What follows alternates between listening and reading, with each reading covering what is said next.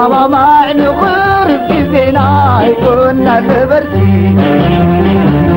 ودينا عيلة ما تراح العامد بليتي لومي بزعبة حد عبي وشتاوي حيالن زتحساسبن محبراوي زعبة كنمايتنا إذا زعبة زي زعبة مننتنا كبرتاتنا اتين عمتات هبطان غيرو زنحنا منفساوي تحستناني ሕብረተሰብ ኤርትራ ካብ ጥንቲ ጀሚሩ ብባህሉን ሃይማኖታዊ እምነቱን ዝተሃንፀ ዱልዱል ማሕበረ ቁጠባዊ ሰረት ዝነበሮ ሕብረተሰብ እዩ።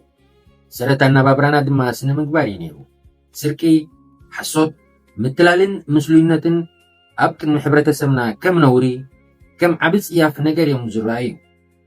ሓደ ሰብ ካብቲ ዝገብሮ ክፍኣት ንላዕሊ እንታይ ይብሉኒ ብዝብል ማሕበራዊ መለኸት ሕልኑ ይግዛእ ነይሩ። ምትሕግጋዝን ምክብባርን ሓድነትን ዓብን ይሽቶን ምፍላጥን ቃላትካ ምኽባርን ናይ ትማሊ መንነትና ነይሩ። ግን ሎሚ ኸ እቲ ዝነበረ ፅፉፍ ኣተሓሳስባን ምትእምማንን እንታይ ኮይኑ ሎሚ ኣብ መንጎና ሙስሊምነት ዝበሃል ሕማም ሱሩ ሰዲዱ ይርከብ። እቲ ሓቀኛ መንነትና ተሸፊኑ ብኻልእ መንነት ተደጊዩ። ስለምንታይ ኢና ቃላትናን ተግባርናን ክልተ በበይኑ ኮይኑ? ስለምንታይ ኢኸ እቲ ንጹህ ማሕበራዊ ህይወትና بدمنا مسلمين تشوفينه زلو لو ما أبز مدبزي نزقو تازي بعمقت كنفتشينا مسلمين انتهي بخميك أوشتنا مع بيلو أبز حجوان أب حبرة السمنان انتهي قداتي وردالو بخميك ننفسنا حبرة السمنان كابز حمام زي أو تسينا نتناي قدم كبرتاتنا كنمالسونا خير سلام تاير ساعكم كبرانن تخطاتلتي نايزي channel مساخم زلخو حوهم أطبراني سمود داتا مساحة بيركم تنحو بخبري عدمكم سناي مكتتال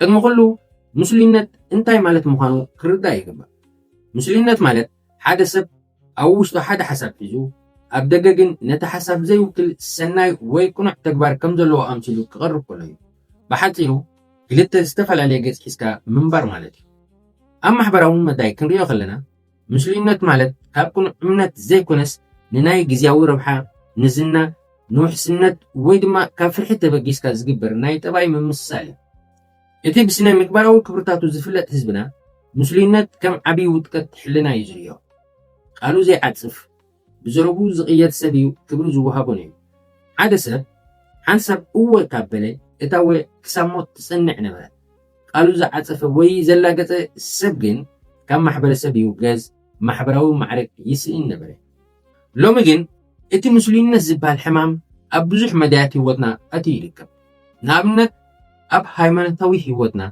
ሰባት ኣብ ቤተ ክርስቲያን ወይ መስጊድ ቅዱሳንን ተኣዘዝትን ክኾኑ ከለዉ ካብቲ ቅዱስ ቦታ ምስ ወፁ ግን ከሓሚን كفاءات كزورون يراي أما حبراوي هيوت وجن دما أبقى مسبات فقرن سلام يريو بدحريهم جن نايتلين متفنانن ورتات كنزحو نرخو أمنا حبراو قداي بأفنا هاجرن وجنن النابلنا بتكبرنا جن نتبس أينا وي حونا أبستزقم الأوان الشلل كنبلون الرأي إذا كلهم ريا خلنا مسلمين ترى دخمت زي كونس نت محبراوي مرببنا ببقرو زبتاتخ مرز مخانو كنردا نقل ሕብረተሰብ ኤርትራ ሎሚ ዘለዎ ደረጃ ንምብጻሕ ብዙሕ መድረኻት ተሕሊፍ እዩ እሞ እዚ ሕጂ ዝረአ ዘሎ ሙስሊምነት ብኸመይ ከዕቢ ኸኣለ እዚ ሓድሽ ባህሪ እዚ ድምር ናይ ታሪኻዊ ፖለቲካዊ ቁጠባውን ስነ ልቦናውን ምኽንያታት ዝመፀ እዩ ቀዳማይ ኣብ ዝሓለፉ ናይ መግዛእታዊ ዓመታት ህዝብና ኣብ ትሕቲ ዝተፈላለዩ ፀቕጥታትን ግጭታትን ይሓሊፉ ሰብ ንነፍሱን ስድሩን ካብ ሓደጋ ንምክልኻል ሓቀኛ ሓሳቡ ክሓብእ ተገዲዱ ቃለይ ካብ ዝህብ ርእሰይ ክህብ ዝብል ዝነበረ ባህሪ ቀስ ብቐስ ብሰንኪ ስጋትን ድሕንነትን ናብ ብልቢ ዘይኮነ ብኣፍ ምድጋፍ ተቐይሩ ሰብ ሓቀኛ ስምዒቱ ክገልጽ ከሎ ሓደጋ ከም ዘለዎ ክርዳእ ከሎን ክልተ ገጽ ሒዙ ምንባር ከም ናይ ህልውና መሳርሒ ክጥቀመሉ ጀሚሩ ካልኣይ ቁጠባዊ ፀገማትን ናብራ ምኽባርን ንሰባት ናብ ተቁኑዕ ዘይኮነ መገድታት ክመርሖም ይኽእል።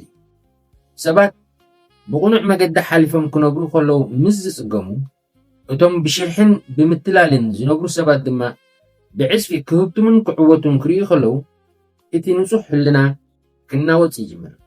በዚ ምኽንያት ቅንዕና ዋጋ የብሉን ዝብል ናይ ተስፋ ምቑራጽ ስምዒት ስለ ዝፍጠር ሰባት ንስምዒቶም ቀቢሮም ጽቡቓት መሲሎም ክነብሩ ይመርጹ።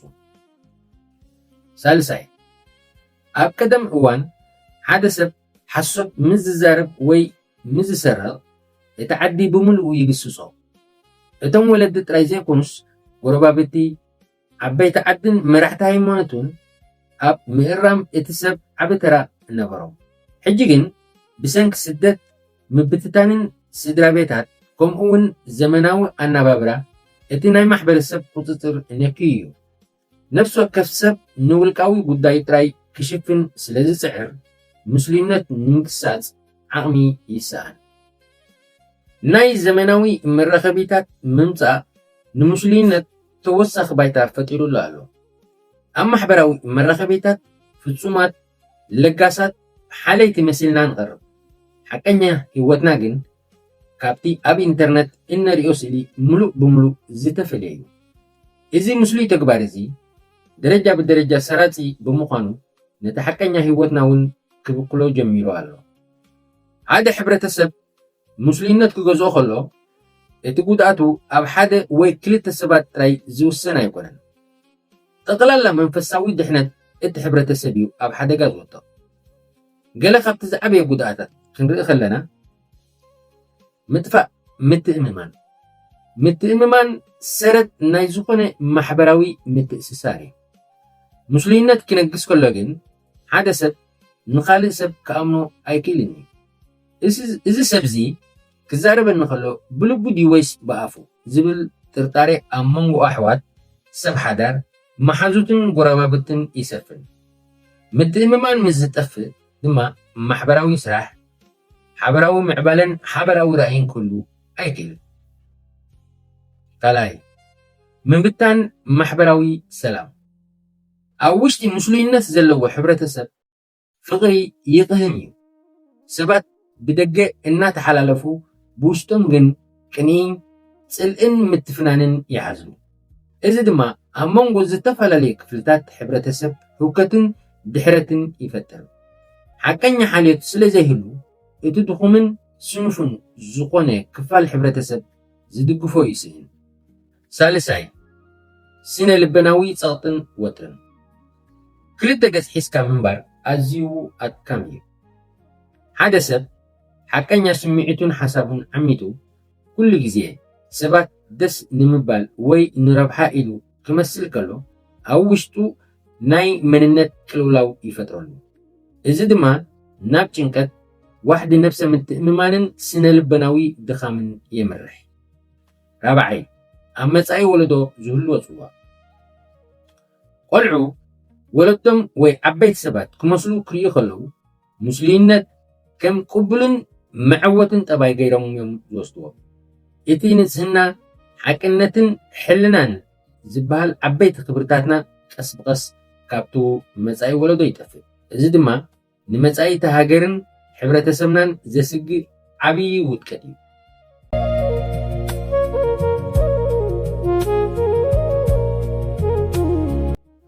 ክቡራት ተዓዘብትና፣ ሕማም ካብ ተፈልጠ ፈውሱ እውን ኣይክሳንን እዩ። እዚ ኣብ ሕብረተሰብና ሱር ሰዲዱ ዘሎ ሙስሊምነት ክንቃለሶን ክነወግዶን ንኽእል ኢና። ነዚ ምግባር ድማ ካብ ነፍሲ ወከፍና ዝጅምር ናይ ለውጢ መንገዲ የድልየና። ቀዳማይ ነፍሲ ምፍታሽ። ለውጢ ካብ ውልቀ ሰብ እዩ ዝጅምር። ቅድሚ ንሰባት ምኹናና ነፍስና ክንሓትት ይግባእ። ኣነ ክሳብ ክንደይ ሓቀኛ ብዛዕባ ሰባት ዘለኒ ርእይቶን ኣብ ቅድሚኦም ዘርእዮ ባህርን ይሰማማዕ ድዩ? ንረብሓ ኢለ ክሳብ ክንደይ እመሳሰል ኣለኹ? ነፍስና ክንፍትሽ ከለና ነቲ ሓቀኛ መንነትና ንረኽቦ። ካልኣይ ግልጹነትን ሓቀኛ ዝርርብን። ኣብ መንጎና ዘሎ ናይ ጥርጣሬ መጋረጃ ክቅደድ ኣለዎ። ኣብ ስድራ ቤትና፣ ኣብ መንጎ መሓዙትናን ማሕበረትናን ግልጹነት ክነግስ ይግባእ። ሓሳብናን ስምዒትናን بفقرن بمكببارن مجلاس كنلامد ኣለና ሰባት ንሓቀኛ መንነትና ቅበልዎ ከም ዝኽእሉ ክንኣምን ኣለና ሳልሳይ ስነ ምግባራዊ ህንፀት ስድራ ቤት ስድራ ቤት ቀዳማይ ቤት ትምህርቲ ህይወት እዩ ወለዲ ንውሉዶም ክምህሩ ከለዉ ካብቲ ዝዛርብዎ ንላዕሊ ብተግባሮም ክኾንዎ ኣለዎም ቆልዑ ንሓቅነትን ቅንዕናን ክብሪ ክህቡ ክንኩስኩሶም ኣለና ሓሶብ ሓፂር ዕድመ እዩ ዘለዎ ሓቂ ግን ንዘለኣለም ትነብር ዝብል ትምህርቲ ኣብ ኣእምሮኦም ከነሕትሞ ይግባአና ራብዓይ ግደ ዓበይቲ ዓድን መራሕቲ ሃይማኖትን ዓበይቲ ዓድን ነቲ ባህላዊ ስነ ምግባርና ኣብ ምምላስ ዓበ ሓላፍነት ኣለዎም ሃይማኖታዊ ስብከታት ጥራይ ዘይኮነስ ንህዝቢ ናብ ሓቀኛ ስነ ምግባሩን ሕልናን ዝመርሶ መገድታት ክምህሩ ኣለዎም ግጋታት ክሪኡ ከለዉ ብፍቕርን ብትብዓትን ክውርሙ ክፅዕሩ ይግባእ ሓሙሻይ ንሓቀኛታት ሰባት ምድና ኣብ ማሕበራዊ ህይወትና ነቶም ሓቀኛታትን ቁኑዓትን ሰባት ከነተባብዖምን ከነኽብሮምን ኣለና ንምስልዩነትን ሸርሕን ከም ትብዓት ወይ ብልሕነት ክንሪኦ የብልናን ሓቀኛ ምዃን መግለፂ ድኽመት ዘይኮነስ መግለፂ ሓያል መንፈስ ምዃኑ ክንኣምን ይግባእ ኣብ መወዳእታ ክቡራት ኣሕዋተይ ሕብረተሰብና ሃብታም እዩ ሃብትና ግን እቲ ዘለና ንዋይ ዘይኮነስ እቲ ኣብ ውሽጥና ዘሎ ሰብኣውነት ሓቅነት ምስ ብፃይካ ተደጋጊፍካ ምንባርን ፅሩይ ሕልናን እዩ ምስልዩነት ነዚ ፅቡቕ ባህሪና ክብክሎ ከነፍቅደሉ የብልናን ትማሊ ብኽብርታትናን ስነ ምግባርናን ንፍለጥ ነርና ሎሚ እውን ነቲኽብርታትና መሊስና ክንሃንፆ ንኽእል ኢና እቲ ለውጢ ካባኻ ካባኺ ካባይ ዝጅምር ንነፍስና ካብ ምስልዩነት ነፃ ንግበራ ብሓቅነት ክንነብር ከለና ጥራይ እቲ ሓቀኛ ሰላምን ፍቕርን ኣብ ውሽጥናን ኣብ ውሽጢ ስድራ ቤትናን ክሰፍን ዝኽእል ነዚ ጉዳይ እዚ ኣብ ስድራ ቤትኩምን ማሕበረሰብኩምን ክትማየጥሉ ነዚ ቪድዮ ከዓ ሸር ብምግባር እዚ ሃናፂ ሓሳባት ናብ ኩሉ ሰብ ክበፅሕ ክትተሓጋገዙና ብትሕትና ንሓትት ርኢቶኹም ወይ ሓሳብኩም ኣብ ኮመንት ፅሓፉልና ተገዲስኩም ንዝተኸታተልኩምና ድማ ነመስግን ሰላም ቅነይ